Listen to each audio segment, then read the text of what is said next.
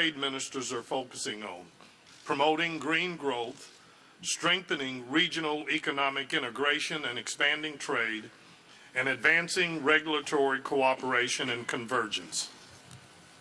More specifically, we look to address tariff and non-tariff barriers to environmental goods and services, to adopt policies that promote effective innovation by encouraging competition and open markets, and finally, to improve the quality of regulatory systems and better align our regulatory approaches.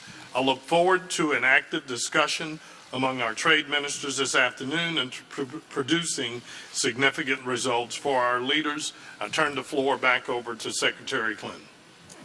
Thank you very much, Ron. I move to adopt the APEC ministers' meeting agenda. Does anyone have any comments on the agenda? If not, can we, yes, was there a comment? If not, can we agree to adopt the agenda? Hearing no objections, we will consider the agenda adopted. Let me now invite Senior Officials Meeting Chair Mike Froman to make remarks. Mike. Thank you, Madam Secretary and Ambassador Kirk. And I want to first thank our senior official for the United States, Kurt Tong, who has really led this effort throughout the year and has been the driving force behind getting stuff done, as the Secretary noted. Let me just flag some of the outcomes of these concluding senior officials meetings that we hope to put on the agenda of the ministers today and provide concrete outcomes for the leaders to adopt on Sunday. First, in the area of increasing trade and strengthening regional economic integration, as we've talked about, there's agreement on setting a model for innovation that's market-driven and non-discriminatory. There's agreement for APEC to show leadership in expanding the product scope and membership of the WTO Information Technology Agreement. There is a number of steps that will be taken to make it cheaper, easier, and faster for businesses, especially small and medium-sized businesses, to trade in the region. We've launched an APEC travel facilitation initiative to make travel and cargo shipments in the region easier, faster, and more secure. We're promoting domestic structural reforms in the APEC economies to minimize barriers to market-based incentives. We've taken steps to improve food security by extending an APEC-wide standstill on agricultural export restrictions. And we've agreed to promote growth by taking concrete actions to expand economic opportunities for women in the Asia-Pacific region. In the second area of supporting green growth and green jobs, we have agreement to reduce barriers on environmental goods and services, although some issues remain to be worked out, that will help to lower their costs, increase the dissemination of clean technologies, and create more green jobs. There's agreement to pursue a more aggressive target for reducing energy intensity across the APEC economies, to phase out inefficient fossil fuel subsidies, and to incorporate low-emission development strategies into the APEC economy's growth plans. And finally, in the third area of promoting regulatory practices that facilitate trade and investment, we've adopted a set of good regulatory practices, including central coordination of rulemaking, impact assessments, and public consultation, to reduce unnecessary burdens on businesses, wasting time and money. We've agreed to improve the quality of regulations and standards for emerging green technologies like smart grid, green buildings, solar technologies, and to reduce technical barriers of trade in those products. And we've supported the establishment of a trust fund at the World Bank to strengthen food safety and strengthen collaboration across the Asia-Pacific, which accounts for nearly half of global food production. We've made significant progress in many of these areas, but there is still work to do, and we look to you, the ministers, today to try and resolve the outstanding issues so that our leaders can adopt a concrete agenda on Sunday. Thank you. Thank you very much, Mike. Now I invite APEC Business Advisory Council Chair Deb Henretta to report on the Business Advisory Council meetings that have taken place this year. Deb? Thank you very much, Chair.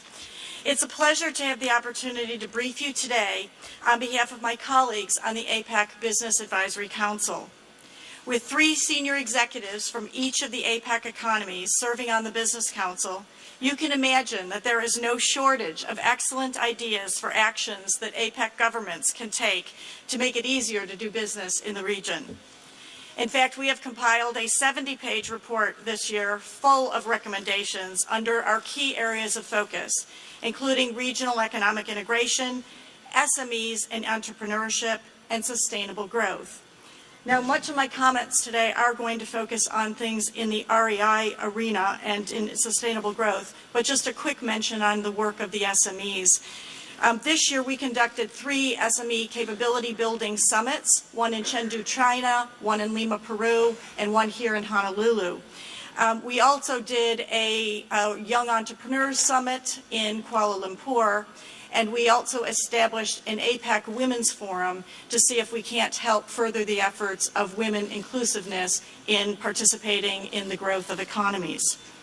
But given the limited time in the agenda today, I'm going to really focus my comments on APEC recommendations that are most relevant to the issues you are discussing here today. First of all, I would like to express the Business Council's support for APEC's decision to conduct work on next-generation trade and investment issues. As a business person, I am heartened to see governments recognize that business models are changing. Companies are no longer simply building one product in one economy and shipping it to another. In fact, a product may visit a number of countries before it reaches its final destination. This trend is illustrated by the fact that partially completed products and product components now comprise over half of the global merchandise trade. These new business models are made possible by the integration of the region's economies. There is more foreign direct investment, deeper and stronger supply relationships between companies, and an increasing number of corporate functions being dispersed across global supply chains, from research and development to marketing and finance functions. These trends mean that issues that used to be considered domestic will have entered the realm of global trade and investments. The Business Council believes that APEC is an ideal forum to be an incubator of ideas for ways to address these emerging issues, and we would like to see strong outcomes in 3 next-generation issues that APEC has agreed to work for this year. We would like to see these outcomes incorporated into agreements, such as the TPP, that can serve as a pathway to FTAP. The first of these is on innovation.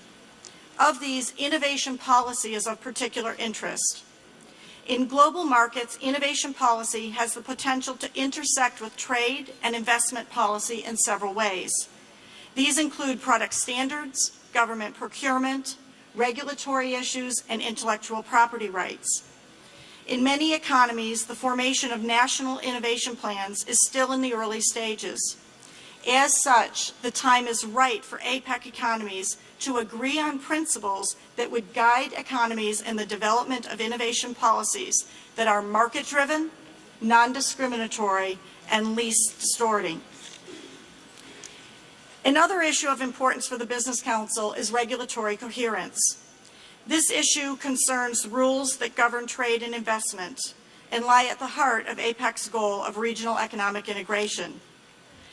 As APEC defines it, regulatory coherence is not about less regulation. It is about providing a process by which economies develop regulations by developing best practices and finding common standards acceptable to multiple economies.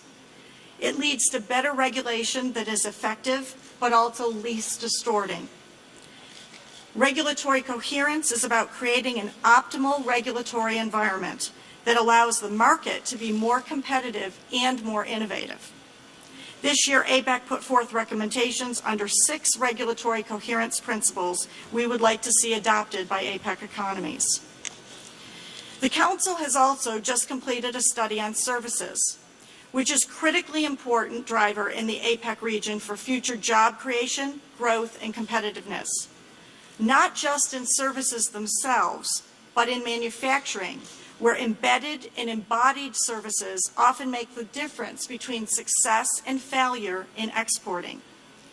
Our recommendations include considering a new dedicated initiative aimed specifically at liberalizing and facilitating regional services, trade, and investment. To create a tripartite services expert group to examine and recommend improved governance of services and trade investment. Take practical steps to improve the collection of accurate data and statistics on services. Our study here concluded, and we on the Business Council believe, that the future competitiveness of our economies will rest heavily on the willingness to liberalize services in our economies. So this neglected area needs to be prioritized urgently. And then finally on EGS. ABEC would like to see a strong, meaningful deliverable that promotes the dissemination of EGS technology. There is strong consensus among ABEC members that we can increase access and availability of environmental goods and services through trade liberalization measures. Things like reducing and eliminating tariff and non-tariff barriers to trade. There is also interest among some economies for taking a technology dissemination approach. Both of these approaches have merit. I feel the ministers could send a very strong signal about APEC economy's collective will to expand the adoption of EGS by setting a concrete objective for lower tariffs and removing non-tariff barriers. APEC can, by providing better access to these technologies and products, raise energy efficiency, conserve resources, and create quality jobs. In summary, I believe the ministers are in a unique position to achieve deliverables that will show the world that APEC is serious about maintaining progress towards free and open trade and investment. Strong, clear, and meaningful outcomes in the areas of next-generation issues, regulatory coherence, and environmental goods and services are critical, particularly given the economic situation. I encourage you to consider the opportunity you have to send a very strong message to stakeholders in the region and around the world in your meetings today. Thank you so much for your time. Thank you very much, Chair Deb Henretta, for that very comprehensive set of issues and the challenge to the ministers to respond. Today in the United States is Veterans Day, where we remember those who served and sacrificed on behalf of our country, and I know there are other countries who have their own kinds of commemorations. And I think in a way it's quite fitting that we would be around this table talking about greater cooperation, greater regional integration, looking to resolve differences through the kind of hard work and progress that is represented here by APEC. So as we remember those who have fought in our wars, I think the best gift we could give to the next generation is to assure that we have a century of peace and stability, prosperity, and opportunity. And that is certainly the goal that I know everyone around this table holds. We're now going to split. First, I invite everyone here to join Ambassador Kirk and me in the ballroom next door, where we will take the APEC family photo. Then the trade and economic ministers will come back to this room for your session, and foreign ministers will go to ballroom C for our session. So with that, let me thank you for participating in this kickoff session, and let us hope that we'll have a lot of progress to report coming out of today and tomorrow. Thank you.